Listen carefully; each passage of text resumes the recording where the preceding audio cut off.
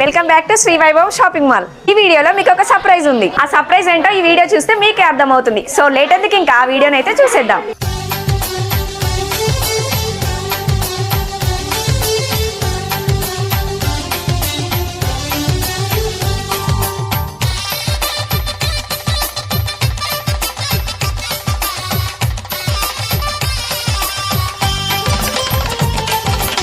ఆకాశం దిగి వచ్చి మబ్బులతో వెయ్యాలి మన పందిరి,